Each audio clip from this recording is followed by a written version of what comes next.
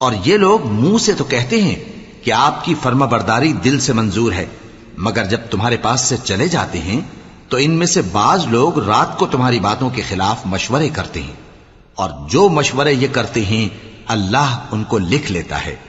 سو ان کا کچھ خیال نہ کرو اور اللہ پر بھروسہ رکھو، اور اللہ ہی کافی کارساز ہے۔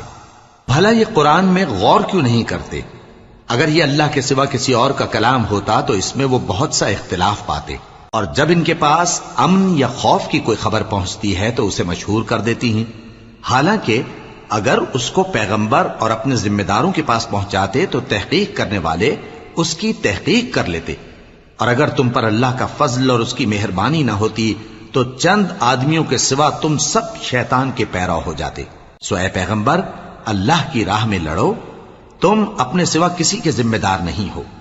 اور مومنوں کو بھی ترغیب دو، قریب ہے کہ اللہ کافروں کی لڑائی کو بند کر دے، اور اللہ شدید ترین جنگ کرنے والا ہے اور سزا دینے کے لحاظ سے بھی بہت سخت ہے۔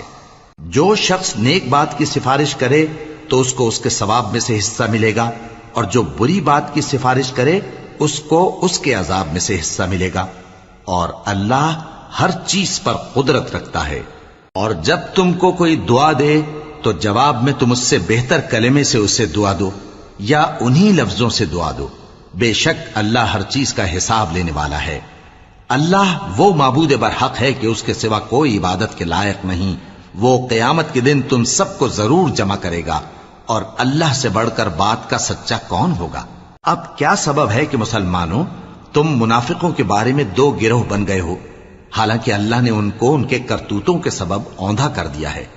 کیا تم چاہتے ہو کہ جس شخص کو اللہ نے گمراہ رہنے دیا ہے اس کو رستے پر لے آؤ، اور جس شخص کو اللہ گمراہ رہنے دے تم اس کے لیے کبھی بھی رستہ نہیں پاؤ گے؟